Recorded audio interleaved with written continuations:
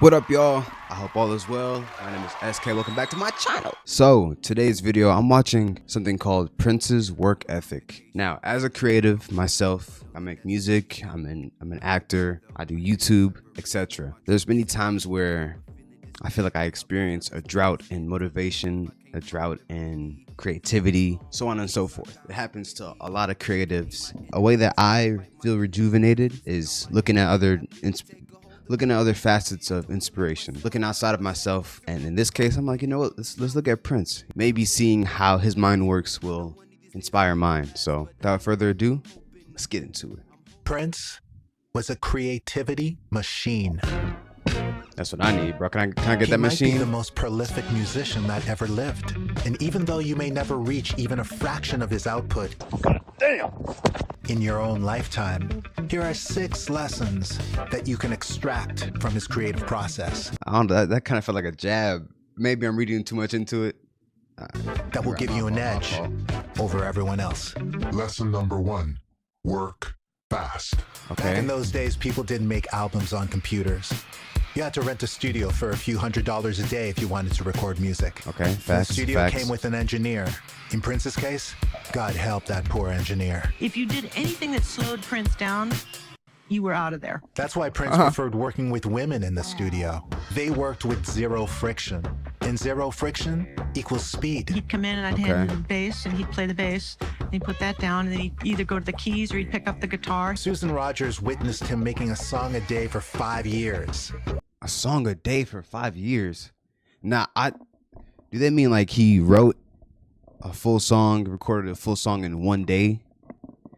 Because I can see like starting different projects, but a song? Songs like Kiss and Sign of the Times. He'd play all the parts, sing his lead vocals, sing his backing vocals, add the final stuff. I'd be mixing it as the song was coming together. And usually a day later, it would be done. We could do, and we did do, an album Susan a week. Rogers. And all he had when he came in was lyrics that he had jotted down in his hotel room. He came in with stationery from Le Parc with the lyrics on it. And he would emerge with a fully written, fully recorded, and fully mixed song by the end of it. He jump on the Whoa. keyboards, you know, guitar. It was just funky, you know. It's like, man, it's like, how do you come up with this? Plays all the instruments He on played it. everything and he mixed it too And he mixed it in one day. Everything was One day. basically one take. Prince was in constant flow. He was like a funnel. It was as if somebody was pouring these songs into him and they would just continue to come out the other end. He raised the bar for how fast you could create a hit song. I've spoken with some of his engineers who worked with him later in his career as well, and we all say the same thing. You know, after Prince, you try to not feel disdain for a person who needs to take all day to do a guitar part. You're thinking, why do you have a record deal? The other woman engineer that worked with Prince was Peggy McCreary. Okay. She did Controversy, 1999, and Purple Rain. I mean, we did a song all in one day. Some of them were huge hits. This brings us Whoa. to That's crazy. I've heard stories of people, like, hit songs are made in like 10 minutes, you know, from like some of the biggest people. What happened? What? I guess, yeah, working fast. Sometimes I feel like when you do that, you don't really think about, oh, I got to do this and that. You just take action and everything else comes afterward. I like that. I like Lesson that. number 2, I can see that. become a finisher. Peggy McCreary was right there in the room when Prince recorded the biggest song of 1984, the biggest song of his career, in only 2 days. You know, like we cut When Doves Cry, just the That's two 2 of us. days? It was nice to watch that process. He usually started with a drum track, and he did with that one, and then he started building raging guitar and the raging synths and everything. It seemed so overproduced to me. It was the last night we were mixing it. As the night went on, things started coming out. And he kind of unproduced it, if you can possibly do that. And then the last thing he did is he punched that bass out and he smiled at me and he said, ain't nobody gonna believe I do this. And he did. He stuck with one idea while it was burning hot until it was finished. But how do you do that? How do you develop that kind of tenacity? Well, you'll need to internalize and live by this next lesson. Lesson number 3, stop trying to be a perfectionist. Do you remember they used to spend a week on a fucking snare sound? It's like, I think that's a big takeaway for me. Perfectionism, not trying to do everything perfectly. I think that's what makes me lose motivation sometimes. And I literally had 5 minutes to get a drum sound. He taught me another side. You know, that little picky, cocained out shit doesn't matter. If it's a good song, you get it down, it's a good song. Don't overthink things. Keep it moving.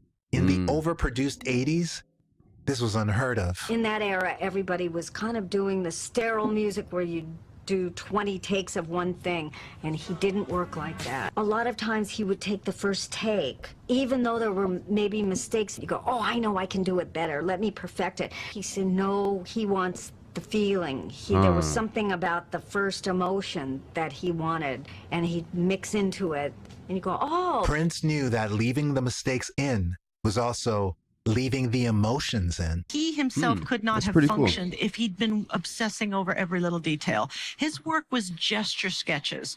His music would come out like a sneeze. It was just bam, bam, bam, bam. He understood that the most important aspect of the creative process is momentum, which brings us to lesson number 4. Make art every day. I've never known anyone who had a stronger work ethic. If he wasn't on a date and he wasn't on a business call, he was making music. And we made music every day. I was his full-time employee, so if we were not on tour, we did rehearsals during the day, and then Yo, forgive me if I'm not speaking too much. I'm really just like recorded at internalizing night. this. If we were on tour, this guy would play a 4-hour sound check often. Not a 15-minute sound check like most rock stars do. He'd get on stage for 4 hours just because, you know, it's a stage and there's instruments and there's a PA, so why not just get up there and play?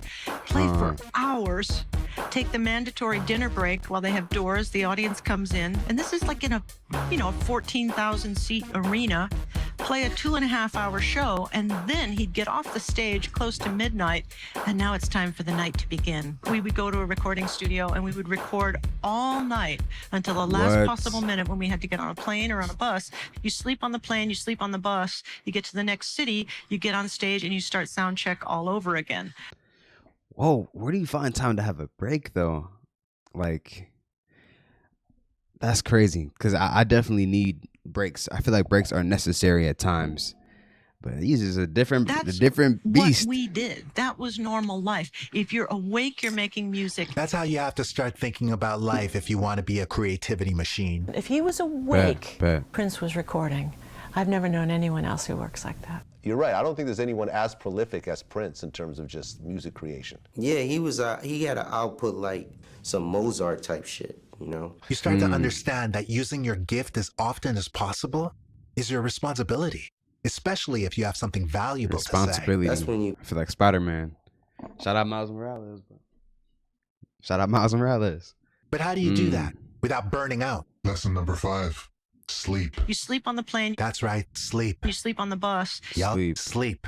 Prince valued sleep so much that he even had a bed put into the studio. Did you ever see the bed in here? Oh, yes. No, I wasn't working during that time. What kind of bed was it? You did see it. It was elaborate. It was like really fancy coverings. It might have been brass. I can't remember. It was a bed with purple sheets. Craig had to go out every Friday and get new sheets, purple sheets. It was once a week. That was his duty as a studio manager, to go get Prince the purple sheets. Purple sheets. 1984. But the most important lesson you can learn from Prince, something that is pretty particular funny, to bro. only him in the history of rock and roll. Lesson number 6. Develop vault mentality. Prince didn't look at his day like he was recording a song, or even like he was recording an album. Prince looked at his day like he was crafting his legacy.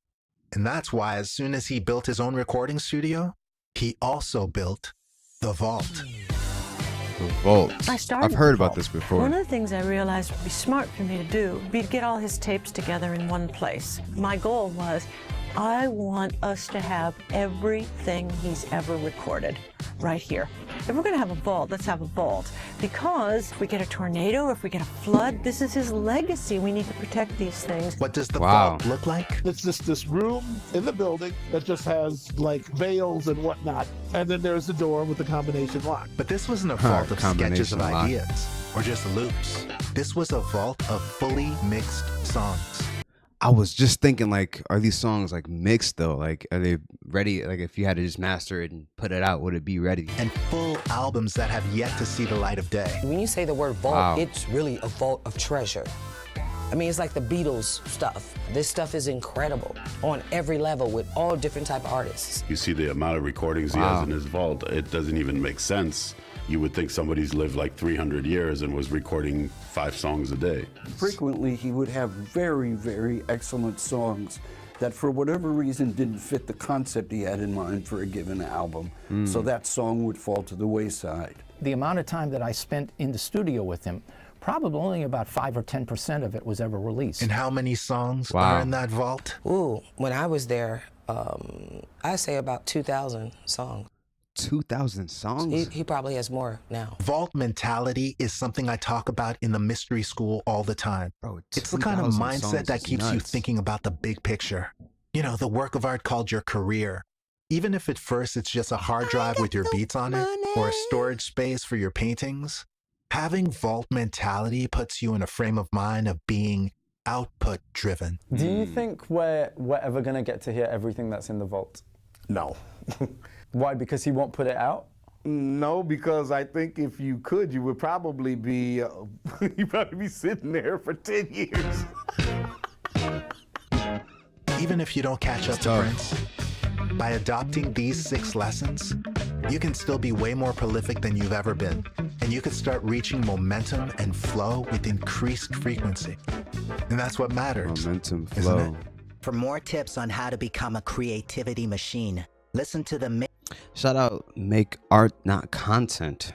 You can't spell earth without art. I heard that somewhere. That's not even my saying. What comes to my mind after hearing this is just application, the thought of applying yourself. Yeah, I got some things to think about. But while I'm thinking, let me know what y'all think down below. Comment, like, subscribe. I'd appreciate that deeply. And yeah, with that being said, I'll catch you on the flip side. Trying to find my way back home. So many fake faces. What's with these fake eggs?